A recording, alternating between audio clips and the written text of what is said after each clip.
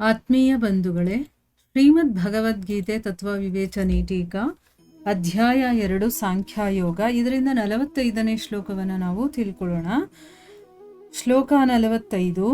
ತ್ರೈಗುಣ್ಯ ವಿಷಯಾ ವೇದಾಃ ನಿಸ್ತ್ರೈಗುಣ್ಯೋ ಭವಾರ್ಜುನ ನಿರ್ದ್ವಂದ್ವೋ ನಿತ್ಯ ಸತ್ವಸ್ಥಃ ನಿರ್ಯೋಗಕ್ಷೇಮ ಆತ್ಮವಾನ್. ಅನುವಾದ: ಹೇ ಅರ್ಜುನನೇ, ವೇದಗಳು ಮೇಲೆ ಹೇಳಿದ ಪ್ರಕಾರ ಮೂರೂ ಗುಣಗಳ ಕಾರ್ಯರೂಪವಾದ ಸಮಸ್ತ ಭೋಗಗಳನ್ನು ಮತ್ತು ಅವುಗಳ ಸಾಧನಗಳನ್ನು ಪ್ರತಿಪಾದಿಸುತ್ತವೆ.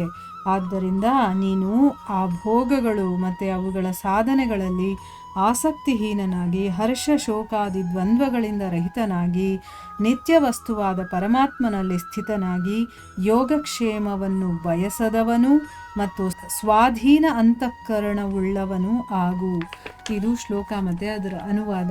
ಈಗ ಪ್ರಶ್ನೆಗಳ ಮೂಲಕ ನಾವು ಇದನ್ನು ಅರ್ಥ ಮಾಡಿಕೊಳ್ಳೋದಕ್ಕೆ ಪ್ರಯತ್ನ ಮಾಡೋಣ.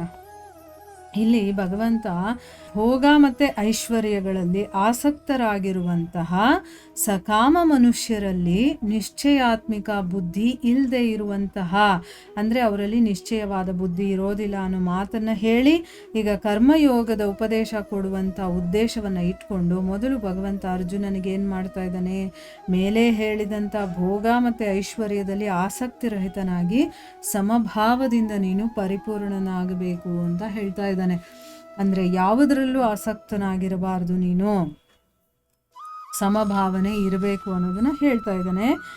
ಈಗ ಈ ಶ್ಲೋಕದ ಅನುವಾದ ಏನಪ್ಪ ಅಂತಂದರೆ, ಭಗವಂತ ಅರ್ಜುನನಿಗೆ ಹೇಳ್ತಾನೆ, ವೇದಗಳು ಮೇಲೆ ಹೇಳಿದ ಪ್ರಕಾರ ಅಂದರೆ ಯಾವ ಯಾವ ಕೆಲಸಗಳನ್ನು ಮಾಡ್ತಾರೋ, ಭೋಗಗಳಲ್ಲಿ ಆಸಕ್ತಿ ಇರೋರು ಹೇಗೆ ಕೆಲಸ ಮಾಡ್ತಾರೆ, ಮೂರು ಗುಣಗಳ ಕಾರ್ಯರೂಪವಾದಂತಹ ಎಲ್ಲ ಭೋಗಗಳನ್ನು ಮತ್ತು ಅವುಗಳ ಸಾಧನಗಳನ್ನು ಪ್ರತಿಪಾದಿಸುತ್ತೆ. ಅಂದರೆ ನಾವು ಮಾಡುವಂತಹ ಯಾವುದೇ ಕೆಲಸ ಆಗಿರ್ಬೋದು, ನಾವು ಇಷ್ಟಪಡುವಂತಹ ಏನೇ ಭೋಗಗಳಾಗಿರಬಹುದು, ಅದೆಲ್ಲ ಮೂರು ಗುಣಗಳ ಈ ಒಂದು ಕಾರ್ಯರೂಪದಲ್ಲೇ ನಡೆಯುವಂಥದ್ದು. ಅದಕ್ಕೋಸ್ಕರ ನೀನು ಆ ಭೋಗಗಳು ಮತ್ತು ಅವುಗಳ ಸಾಧನೆಗಳಲ್ಲಿ ನೀನು ಆಸಕ್ತಿಹೀನನಾಗು. ನೀನು ಅದರಲ್ಲಿ ಅಟ್ಯಾಚ್ಮೆಂಟು, ಆಸಕ್ತಿ ಅದನ್ನೆಲ್ಲ ಇಟ್ಕೋಬೇಡ.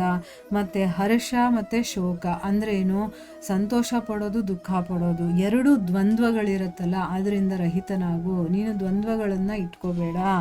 ನಿತ್ಯ ವಸ್ತು ಅಂದರೆ ಯಾವಾಗಲೂ ಇರುವಂತಹ ಪರಮಾತ್ಮನಲ್ಲಿ ಸ್ಥಿತನಾಗಿ ಯೋಗಕ್ಷೇಮವನ್ನು ಬಯಸದವನು. ಅಂದರೆ ಏನು, ಯಾವುದೇ ಒಂದು ವಸ್ತು, ಭೋಗಗಳ ವಸ್ತು ಇದೆಯಲ್ಲ, ಅದಾದ ಮೇಲೂ ಕೂಡ ನಾವು ಶರೀರ ನಿರ್ವಹಣೆ ಅಂದರೆ ಈ ಶರೀರವನ್ನು ನೋಡ್ಕೋಬೇಕು, ನಮಗೆ ಅಂತ ಒಂದು ಸಂಸಾರ ಇರುತ್ತೆ, ಅದನ್ನು ನೋಡ್ಕೋಬೇಕಾಗುತ್ತೆ ಅಲ್ವಾ. ಅದನ್ನು ಕೂಡ ನೀನು ಇಷ್ಟಪಡಬಾರ್ದು. ಅಂದರೆ ಏನು, ಅದು ಕರ್ತವ್ಯ ಅಂದ್ಕೊಂಡು ಮಾಡಬೇಕಷ್ಟೇ. ಅದರಲ್ಲಿ ನೀನು ಯಾವುದೇ ಆಸಕ್ತಿಯನ್ನು ಇಟ್ಕೋಬಾರ್ದು. ಮತ್ತು ಸ್ವಾಧೀನ ಅಂತಃಕರಣವುಳ್ಳವನು ಆಗು. ಅಂದರೆ ಏನು, ನಿನ್ನ ಅಂತಃಕರಣಗಳು ಅಂದರೆ ಇಂದ್ರಿಯ ಆಗಿರ್ಬೋದು, ಮನಸ್ಸಾಗಿರ್ಬೋದು, ಬುದ್ಧಿ ಆಗಿರ್ಬೋದು, ಇವೆಲ್ಲ ಕೂಡ ನಿನ್ನ ಕಂಟ್ರೋಲಲ್ಲಿ ಅದಿರಬೇಕು. ಅದರ ಕಂಟ್ರೋಲಲ್ಲಿ ನೀನಿರಬಾರ್ದು. ಆ ರೀತಿ ನೀನು ನೋಡ್ಕೋಬೇಕು. ಅಂದರೆ ಅದನ್ನು ಸ್ವಾಧೀನಪಡಿಸ್ಕೊಂಡಿರ್ಬೇಕು ನೀನು ಅಂತಂದ್ಬಿಟ್ಟು ಹೇಳ್ತಾ ಇದ್ದಾನೆ. ಈಗ ಪ್ರಶ್ನೆ ಏನು ಅಂತ ತಿಳ್ಕೊಳ್ಳೋಣ. ಇಲ್ಲಿ ತ್ರೈಗುಣ್ಯ ವಿಷಯ ಅನ್ನೋವಂಥ ಪದದ ಅರ್ಥ ಏನು, ಮತ್ತು ವೇದಗಳನ್ನು ತ್ರೈಗುಣ್ಯ ವಿಷಯ ಅಂತ ಹೇಳಿದಾರಲ್ಲ, ಅದಕ್ಕೆ ಅರ್ಥ ಏನು ಅಂತಂದ್ಬಿಟ್ಟು ಇಲ್ಲಿ ಹೇಳ್ತಾ ಇದ್ದಾರೆ. ಮೊದಲು ತ್ರೈಗುಣ್ಯ ವಿಷಯ ಅಂದರೆ ಏನು ಅಂತ ತಿಳ್ಕೊಳ್ಳೋಣ. ಉತ್ತರ ಏನು ಅಂತಂದರೆ, ಸತ್ವ, ರಜ ಮತ್ತು ತಮ, ಈ ಮೂರು ಗುಣಗಳ ಕಾರ್ಯವನ್ನು, ಈಗ ಸತ್ವಗುಣ ಇದೆ, ರಜಗುಣ ಇದೆ, ತಮಗುಣ ಇದೆ, ಈ ಮೂರು ಗುಣಗಳ ಕಾರ್ಯಗಳಿದೆಯಲ್ಲ ಅದನ್ನು ತ್ರೈಗುಣ್ಯ ಅಂತ ಹೇಳ್ತಾರೆ. ತ್ರೈಗುಣ್ಯ ಅಂದಿದ ತಕ್ಷಣ ಸತ್ವ, ರಜಸ್ಸು, ತಮೋ ಈ ಗುಣಗಳ ಮುಖಾಂತರ ಮಾಡುವಂಥ ಕೆಲಸಗಳನ್ನು ತ್ರೈಗುಣ್ಯ ಅಂತ ತಿಳ್ಕೋಬೇಕು.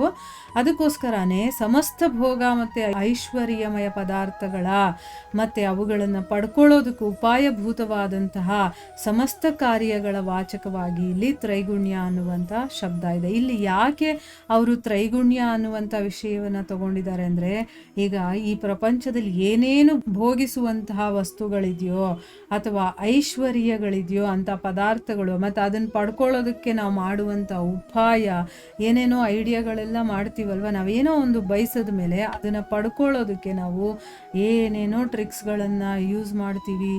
ಎಲ್ಲ ಯೂಸ್ ಮಾಡಿ ಆಮೇಲೆ ಅದನ್ನು ಹೇಗಾದರೂ ನಾನು ಪಡ್ಕೊಳ್ತೀನಿ. ಆ ಒಂದು ಕೆಲಸಕ್ಕೆ ಅದನ್ನು ಹೇಳೋದಕ್ಕೋಸ್ಕರ ಇಲ್ಲಿ ತ್ರೈಗುಣ್ಯ ಅನ್ನುವಂಥ ಶಬ್ದವನ್ನು ಯೂಸ್ ಮಾಡಿದ್ದಾರೆ. ಅದೆಲ್ಲ ಅದರ ಅಂಗ ಪ್ರತ್ಯಂಗಗಳ ಸಹಿತ ಅಂದರೆ ಏನು, ಈಗ ಅದ್ರ ಬಗ್ಗೆ ನಾವು ತಿಳ್ಕೋಬೇಕು ಡೀಟೇಲ್ ಆಗಿ ಅಂತಂದರೆ ಅದರ ಅಂಗಗಳು ಪ್ರತ್ಯಂಗಗಳು ಅಂದರೆ ಏನು, ಭಾಗ ಮಾಡಿರ್ತಾರೆ, ಅದನ್ನು ಮತ್ತೆ ವಿಭಾಗ ಮಾಡಿರ್ತಾರಲ್ಲ, ಅದರ ಸಹಿತ ಯಾವುದರಲ್ಲಿ ವರ್ಣನೆ ಇದೆಯೋ ಅದಕ್ಕೆ ತ್ರೈಗುಣ್ಯ ವಿಷಯ ಅಂತ ಹೇಳ್ತಾರೆ. ಈಗ ತ್ರೈಗುಣ್ಯ ಅಂದರೆ 3 ಗುಣಗಳು, ಅದರ ಬಗ್ಗೆ ಡೀಟೇಲ್ ಆಗಿ ಎಕ್ಸ್ಪ್ಲನೇಷನ್ ಯಾವುದ್ರಲ್ಲಿದೆಯೋ, ವರ್ಣನೆ ಯಾವುದ್ರಲ್ಲಿದೆಯೋ ಅದನ್ನು ತ್ರೈಗುಣ್ಯ ವಿಷಯ ಅಂತ ಹೇಳ್ತಾರೆ.